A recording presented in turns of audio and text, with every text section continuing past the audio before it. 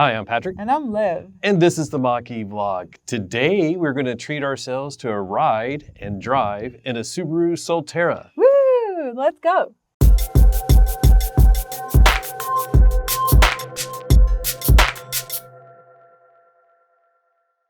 We are actually out here in Schenectady for the largest Drive Electric Week event in the nation that's happening tomorrow.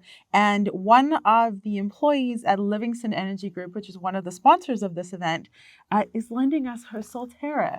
How cool is that? So this is literally Nicole's Solterra.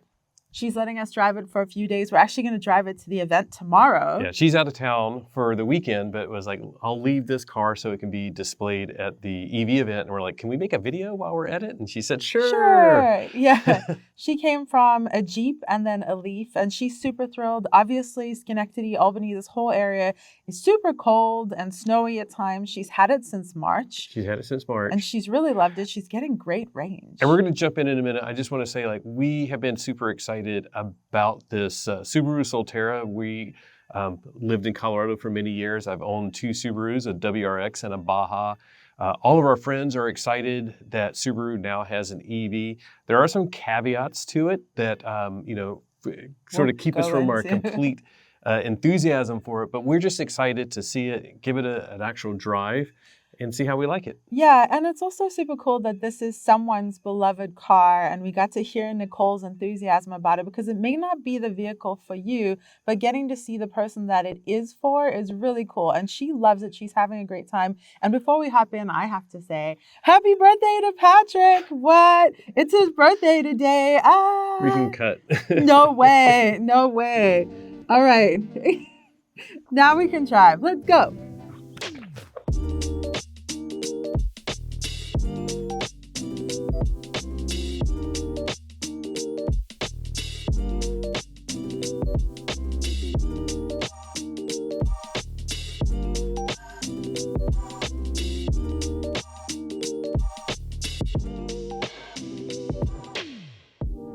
Okay, we had this for just a little bit yesterday. We basically drove it from Livingston back to our friend's house.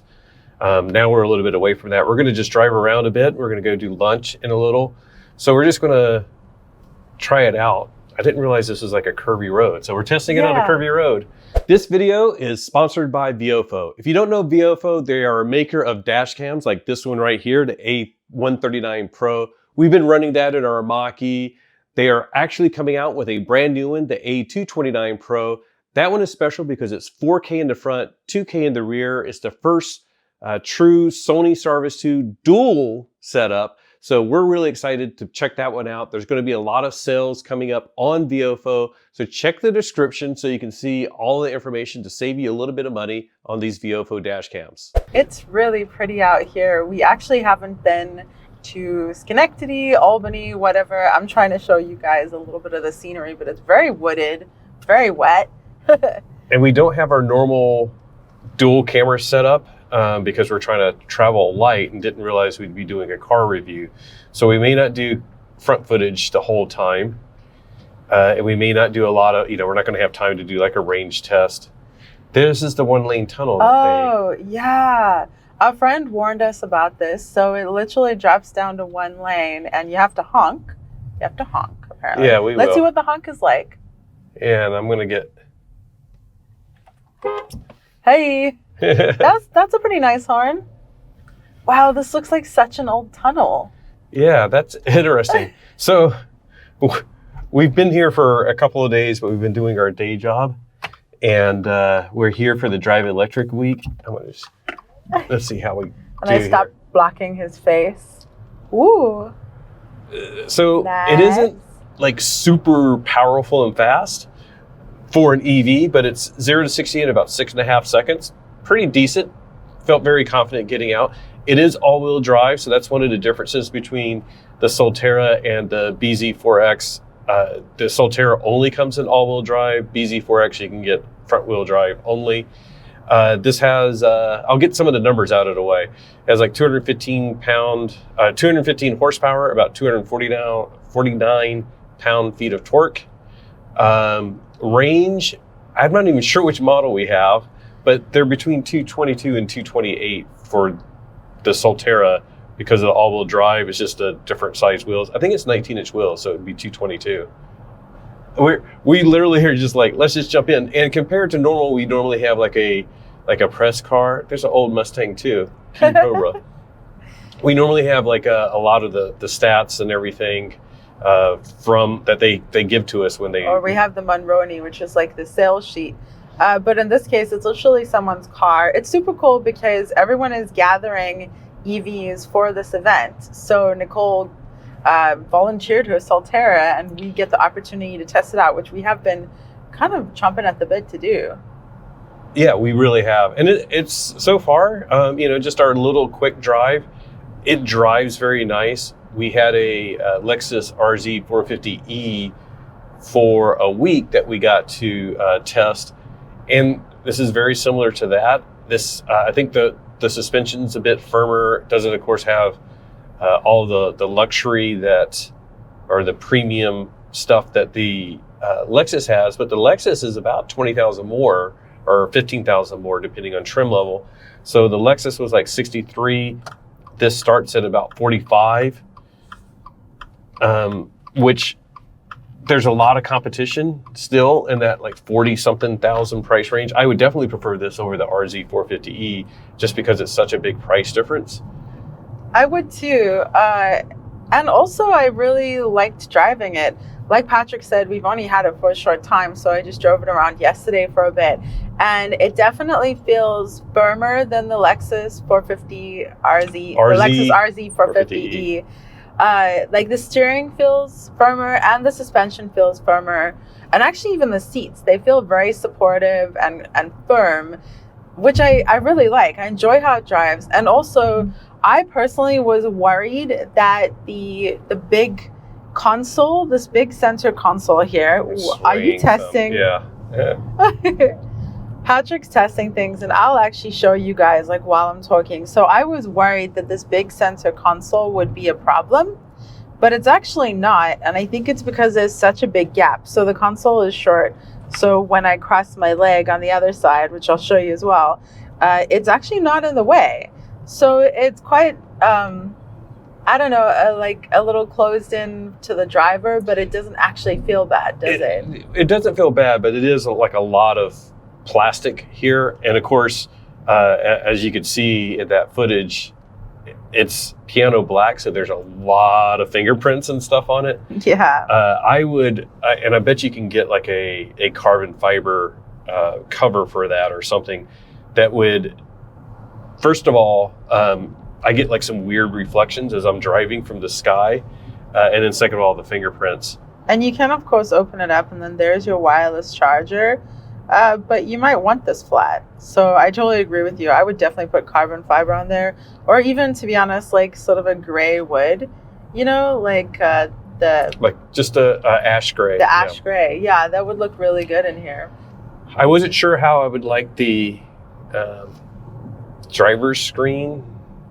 It's seems pretty far away. I thought that would be the issue. That's not the issue. It's just the fact that I haven't gotten a great position so that I don't have to look down or below it. I know there's adjustments that I can make, but I just haven't found the right one yet. But it's a very comfortable driving position. I love some of the materials, just a little bit here, but over on the dash, very nice cloth.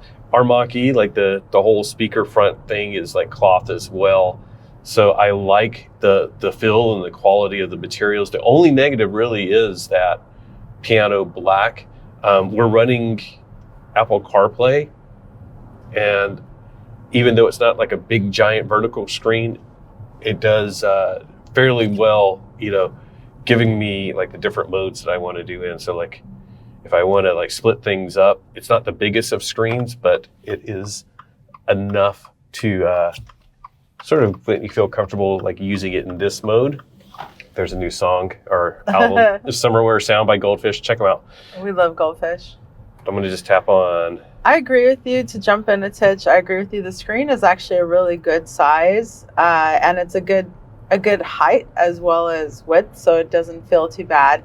An interesting thing about this dash is you can put a lot of stuff there. So Nicole had some things there because it dips down and then it stops. So if you're the kind of person that likes to put stuff there, like honestly, we might put our handicap placard there or something like that. This is a lot easier than the Mach-E to store things there. I know some people have gotten, there's like a little slot on dish that you can put stuff in on the back of the Mach-E screen. Yeah. But this sort of has it there, and the fabric makes it so stuff doesn't slide around too much. I do wonder how the fabric will wear, just because I already got lipstick on the Mach-E on some of the fabrics, so I might see it happening there.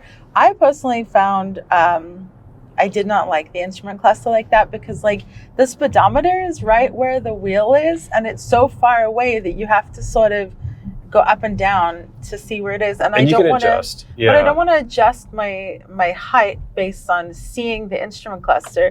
I want it to be on comfort and drive. Well, you can adjust the steering wheel. That's true. So it's just a matter of, I think if we had this for a week, we'd probably adjust a lot more things. But just having it for an hour or so, we're, sort of just checking out. The range, of course, just doing a day like today, driving around, doing a video, going to lunch, range is not an issue. Like, it's about half full, and it says we have 131 miles of range left. She must drive it really well. Efficiently for an EV, because she said she was getting like 250, 260, which is excellent. Which is excellent because it's rated for about 222, 228. So I'm curious about that. But depending on how you drive, you can get a bit more range. But anything over 200 is really great, especially if you're not using it to like road trip. We asked her if she had done any road trips, and there was one that was a couple of hours that she did. But I think that's a lot of people. I would hesitate recommending something like this if you road trip a lot. The charging speed is also not great versus like some of the competition, especially like there's a red light coming around the corner. Dang. The Kias and Hyundai. Are you going? Okay. We're just waiting for somebody to cross the road. Kia, Hyundai, they can do 10 to 80 in about 18 minutes. The Mach-E is like 35 minutes, and it charges at 150 kilowatts. This is charging at 100, which means it will take a bit longer if you are trying to DC fast charge it. If you're very rarely doing road trips, won't really matter. Should mention that the battery is, I believe, 72.8 kilowatt hours. I'll have to double check that number. I'm pretty sure that's it. So it's slightly smaller than like the standard range Mach-E battery. And then, of course, the extended range Mach-E battery is quite a bit bigger. It's 91 kilowatt hours. So yeah, but thinking about charging speed, not considering cost as a factor necessarily. Obviously, the Bolt charges at 50 kilowatts, so it's slightly faster now. 55, sorry. Yeah, but it's like almost half of the speed of this. So you could say the Bolt is definitely less of an option for road trips. You could certainly road trip this, but it's really cool to see this use case with Nicole, because she works for Livingston Energy Group. They make chargers. They make the software and all of that on the back end of chargers. So they have chargers at work for them, free chargers. She just plugs in. She has unlimited range, really, because she doesn't road trip. She plugs into work. She goes home. She never gets gas. There's no going to a gas station. There's no going to a charging station. It's perfect. And also thinking about the East Coast, with a lot of places being so much closer, you have a lot more options, it seems, for shorter road trips than what we're used to in Colorado and then California. You're not doing Denver to Vegas just for your weekend getaway. Yeah, so even with a single charge at 100 kilowatts, that's a lunch break.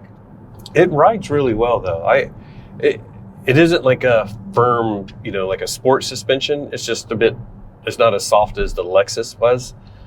I'm enjoying it. And for whatever reason, the Lexus RZ 450e felt top heavy. I was gonna say it felt a little boaty. Sorry, swerving again.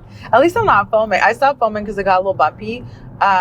And now we can just chat with you guys. But and acceleration. Oh my goodness! It feels comparing it to another similar car in its class is the VW ID4, and that it feels quite a bit similar to that in the 0 to 60. I think this feels peppier, at the like 50 to 70 type acceleration. Be interesting to try it out. I wish we could do them back to back. Oh yeah. I definitely recall the Lexus feeling more boaty, more top heavy, like maybe a bit more airiness in the suspension that made it feel a little boaty. This does feel rougher.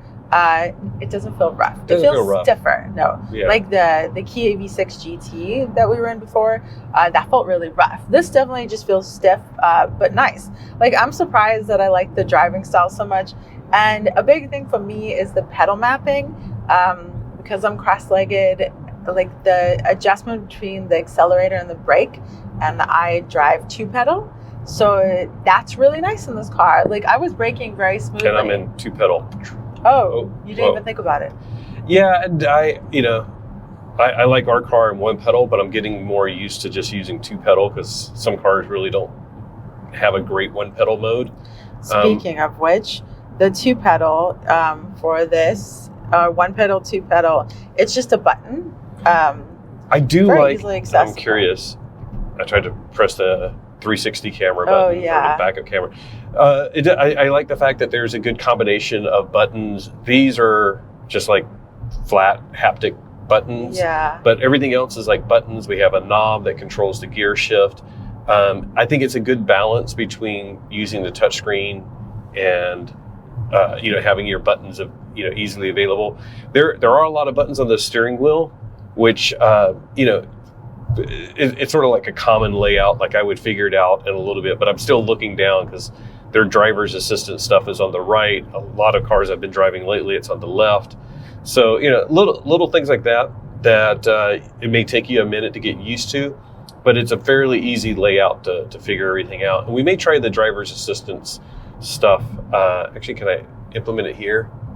Active cruise mode, active. And then can I do lane centering? I think it's steering. Yep, I feel the steering wheel wiggling. So, how can you see that? Oh, I see. Yeah. Oh, there's the icon. Lines, see, it was behind the steering wheel. Wheel's in your way. So it's maintaining, the speed. If somebody got in front of me, it's intelligent enough to like slow down for that. It's not going to run into it. It's handling the steering. I believe this one is based on torque on the steering wheel. There, I don't see any cameras, so it must be. All of these systems that we've been testing lately, they're all pretty darn good. There are some that are better than the others, but for doing like freeway driving, all the systems are pretty nice. And I wouldn't normally turn on cruise control on something like this. I'm actually going to tap the brake and get out of that. And that's cool. You do see it get rid of the green lines and everything. And it turns back gray. There's some systems that don't give as much feedback. There's some that give more, like Blue Cruise on the Mach-E, the whole screen turns like blue. I do love that. I like that. And then when it goes back, and that's for their hands-free version. This one doesn't have a hands-free mode that I know of. I know the Lexus system, it does hands-free in like bumper-to-bumper traffic. Sorry we don't have like a lot of the stats. We weren't expecting to get this and to be able to drive around and enjoy. But this is what a first drive is and our first impressions. And I have to be honest, I'm liking it more than I thought I would. Well, and also it just seemed like with the BZ4X, the Lexus 450 RZ, the Lexus RZ 450E. Yes, you'll get it right. I had it right when we were doing the video in the article. There's a giant skeleton. Apparently that's like the hip skeleton to get, is that 12-foot. Anyways, like it felt somewhat uninspired in that there were 3 of these, just basically the same, right? Yeah, I'm going to close that. It looks completely open. Okay. But this feels different enough to the Lexus, and I could see why someone would want this. Like it's very much like the BZ4X. There are some slight differences, like in the suspension, it's a bit higher. And a lot of our friends in Colorado have been super inquisitive about specifically the Subaru Solterra. And, the biggest reason is that a lot of people in Colorado have an allegiance to Subaru. There's one in front of us. Mm-hmm. We're in New York now. But I think Colorado is has the highest market share for Subaru. People just love them. They're great for going skiing. The ground clearance helps. And even if you're not like off-roading type, ground clearance can be very important in a place like Colorado because snow, if you get like 5 or 6 inches of snow, you don't want to become like a snowplow in your car that's really low. So like I had a WRX and it had about 5 inches of ground clearance. And anytime it snowed significantly, I would start plowing the road basically because the snow was so deep. You actually got rid of your bumper that one time. Yeah, I hit like an ice boulder that I didn't see because it's white on a white road. But this has 8.3 inches of ground clearance, which is 0.2 inches higher than the BZ4X if you are every little bit of ground clearance. And if this were like a press loader, we'd go find a dirt road and check it out on that. I don't want to get Nicole's car dirty. No. But I think most people, even if you don't like need the ground clearance for stuff like that, it is nice having a car that's higher up, if that's what you're looking for. If you're looking for a low down ride, this feels definitely more SUV-like. And we have a lot of cars that are in that class of SUV/crossover/car. And if you want the more car feel, this one isn't the one for you. But if you're sort of tired of all of these crossovers that are just more like a slightly elevated wagon, this is great. This feels more SUV-like. Yeah, but certainly like the Lexus felt more bouncy SUV. This does feel like a more responsive vehicle. By the way, we are just sitting here with a dark roof. We've got pretty vistas. Should I hit it? Yeah, we do have another option. Whoops. There we go. And there's more. There's a leaf. Wait, there's more. There's a leaf. Yeah, now we don't have any nice trees to look at, but it's okay. So this is actually a cool option. Now in the Lexus, there is an electrochromic roof, so that button either makes the roof opaque or makes it transparent like this. So in this, the Subaru Solterra, we get the button pressy, is there a better term for that, button pressy roof openy thing? Yeah, it's just a button. Yeah. I like this. I like it either way. I like the option to control it. It's really cool. Hello, fire truck. Yeah. That's kind of cool looking. Testing how quiet it is in here, and not bad. Not too bad. You do look a lot brighter. There's not really any tinting on that glass. That's why that cover is necessary. The Mach-E obviously has incredible tinting. It's really, really good. You don't have to worry about it in hot weather. So, what does the windshield wiper fluid smell like? Silly. Oh, we do like to note little things, just to overall cabin comfort. These cup holders, they're deep down in there, but they hold giant mugs. Like we had some big, like travel coffee mugs. We had both of ours. They're side by side. Little detail like that. We could appreciate the design aspect of that. There are some cars that the cup holders just make it so that it's just a pain to carry anything in all liquid honesty, with you. Like the Bolt has really small cup holders, but our giant coffee mugs definitely fit in here. So if that's important to you, you'll be fine with this. And it's, like I said, I had two Subarus, WRX and Baja, and I, just driving around in this, the materials in this feel better, and the build quality just feels better. So, of course, they're quite a bit more expensive. Like my WRX, I think it was like $24,000. Got a good deal on that, and the Baja I think was even less. I think it was like $18,000 or something. So this, double the cost of those basically, It should be better quality, and it feels like it's better quality. There's no rattles, there's no squeaks, there's no like weird wind noise or anything like that. The noisiest thing so far, two things. Opening the sunroof, you probably didn't get the actual full sound because we were driving, but you want to close it now? Oh, wait, how do you? It's this one. Nope. Nope. Hit. What? I think you pushed forward there. We're geniuses, aren't we? It's buzzing. It sounds... It's fine. Quite a bit noisy. But it is, I don't know, budget motor. And then the other thing, and I won't do it now, but it's just a bit noisy, like with the reverse, not only outside, but inside the car. And it does this thing, and a lot of cars do this.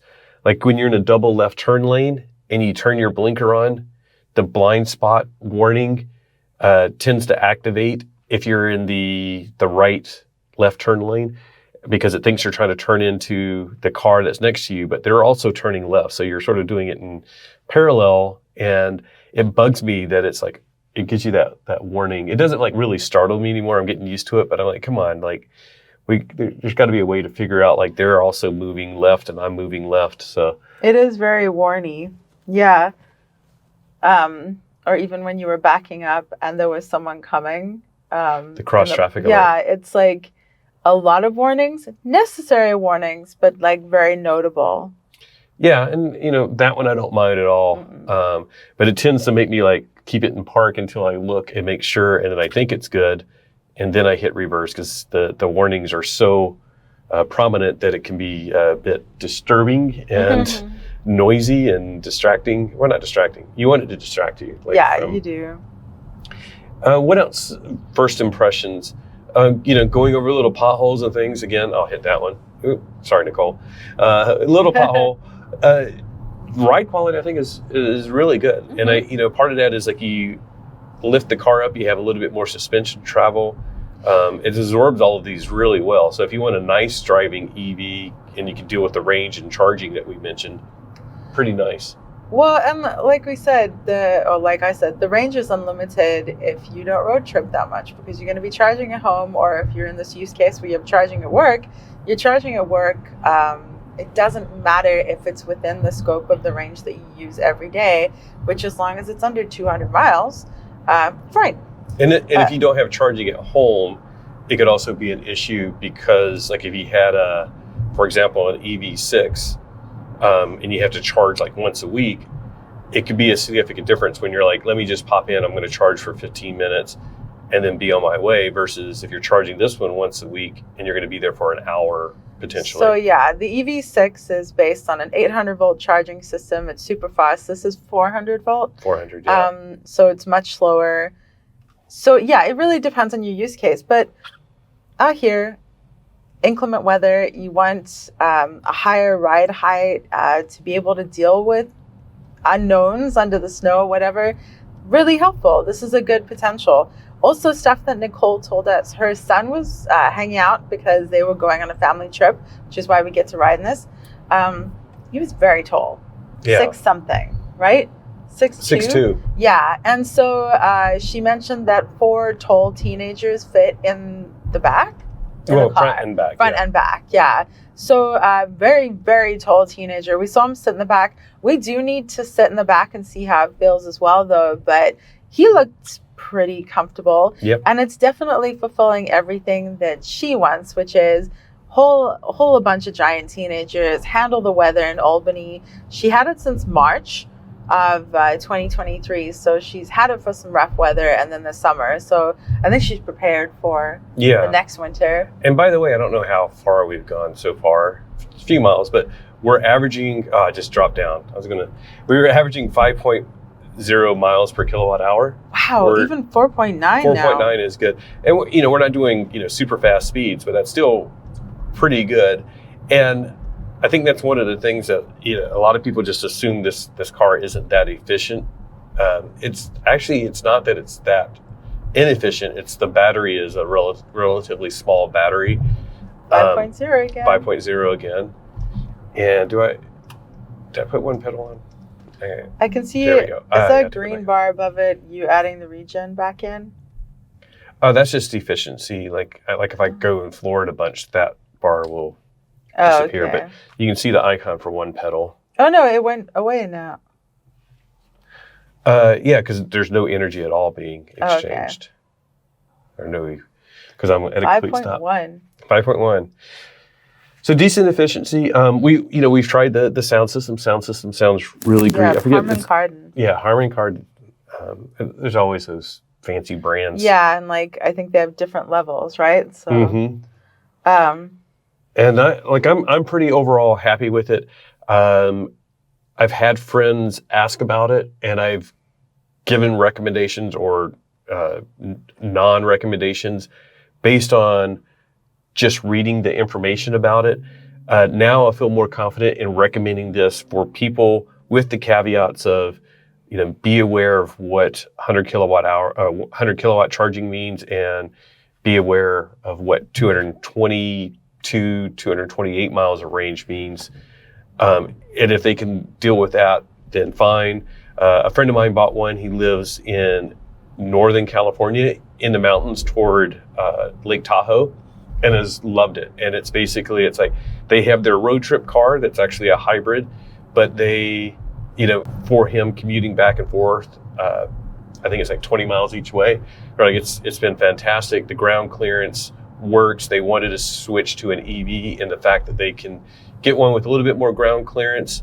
And, again, it's sort of a little bit of that brand loyalty. They trust Subaru and their all-wheel drive system, even though it's completely different doing electric all-wheel drive versus a mechanical all-wheel drive.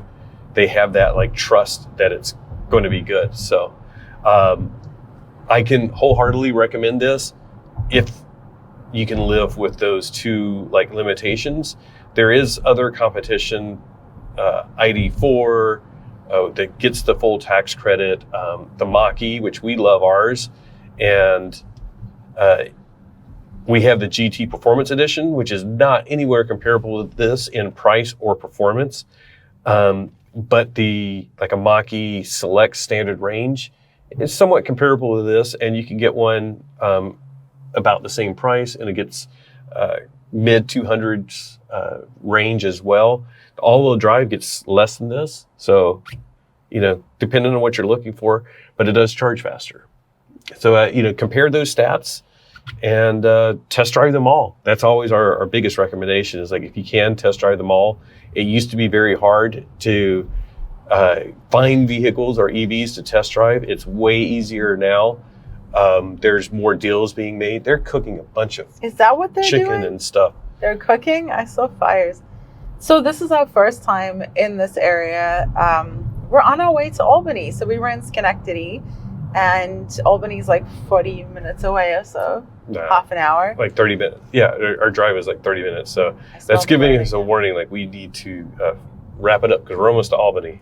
And we took the long way, 2-lane roads, and now we're getting on the what is this, I-94 or something. So now you get some freeway impressions, a little get up and go. Yeah. And I don't want to push it too much. Not sure I want to risk somebody else's car. With the press car, you're covered by insurance, and you're not hurting somebody's method of getting back and forth to work. But yeah, it's not like I'm doing anything crazy anyways. No. But that felt great. Super quick. Definitely not like a GT Performance Edition Mach-E or Model Y Performance or Model Y for that matter, or Mach-E Premium for that matter. But good enough for most people, especially if you're coming from a gas car. This is a great intro. Again, overall, good solid package, and looking forward to hearing your thoughts. Let us know if you've test driven one. If you own one, put comments down below and highlight some of the things that you like about the Solterra, and why you picked that over other cars. And if you are just considering it, let us know your questions. There's a lot of experts EV experts that will read the comments and can help respond.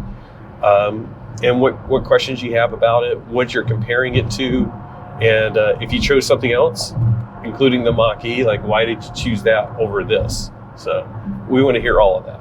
And I'm just enjoying the adjustment to being on the highway. How does it feel? Oh, right yeah. away? We'll just do... You can totally hear the road noise more, but it feels pretty stable. As in, like, for me being the one filming, I'm doing it with one hand, Yeah. and it's going pretty well. It's not a bad highway, though, like, pretty smooth. And I was just looking at all the different symbols, and it's There's a lot. handling the driver's assistance features. So I was like, what was I turning on? But now I got everything. I thought the windshield wipers were on auto, but they're not. And now our efficiency has dropped. We were at 5.1, we're at 4.4, which totally makes sense because we're going a lot faster. And here's one of my tests for driver's assistance. So I was in it. I turned the blinker on, which disengages. I turned the blinker off, and it automatically re-engages. Nice. So it's a pet peeve of mine. I hate the systems that when you disengage, you have to actually re-engage again after your lane change. The lights just came on, auto lights, which is a very common feature. But this is great. We're slowing down slightly because of the truck. Let me turn the blinker on, make the lane change, and then I'm going to let it go back, and it's already assumed control again. And again, it's a torque-based system, so got my hands on the steering wheel. Going to give it a little bit more acceleration, and this is one of my other tests, just to see how well it lets me like accelerate without any issue. And then I'm going to try to change lanes. Ooh, Okay. Nice. So I changed lanes without using my blinker, and it yelled at me, which I think is sort of great. But it also was like saying I couldn't stay in the lane because I was straddling the line. How did it feel with it holding you in the lane? It wasn't super forceful, but it was like if I let go and you saw that we like swerved a little bit. Yeah. It's because it was trying to push me back over. So some of them it feels like you're like riding in ruts and you got to like really like force it out of the lane. This one was going to let me do it, but I could feel the resistance. Pretty good overall. I like doing it that way versus making it feel like I'm on a rail or something, and I gotta like really yank it to get broken out of the control. Now I just confused GPS because we missed our exit. So I think we should wrap it up. Very short test of the ADAS systems. Again, a lot of them are great, especially once you get on the freeway. I love using them now. I used to never use cruise control, but now I love using intelligent cruise control with lane centering. Makes drives like this super easy, and you get done with like a 3-hour drive and you don't even feel like it's that big of a deal. Yay. All right, you ready to wrap it up? I'll let you wrap it up. Okay. Yeah. I'm just looking at all the signs of all the interesting places that we can go and really enjoying that we get to experience this place in this vehicle. So like Patrick said, if you have the Solterra, let us know your thoughts down below. It may not be the vehicle for you, but it's definitely the vehicle for someone. And if it is, we want to hear about it. It's so awesome that we're getting all these options, and hopefully they keep getting more and more affordable. This is more affordable than some of the other options in this exact setup. How much is the BZ4X? They're very similar in price, so it's more affordable than the Lexus, but more options for more people is what we need. So on that note, let us know what you drive down below. A huge thank you to our patrons whose names are scrolling across the screen right now. I can't speak, blah, blah, blah. What are they? Unbridled, Engaged, Whisper, all of that. If they're not on the screen, you can't remember. Yeah, exactly. And a big happy birthday to Patrick. Yay! No, don't put it on me. I'm driving. I'm not putting it on you. Okay. I'm just waving it at the camera. If you got to this point, please consider wishing Patrick a happy birthday in the comments, and maybe subscribing and liking this video and all that stuff. And just remember that whatever you drive, whether it's your birthday or not, enjoy the ride. Bye.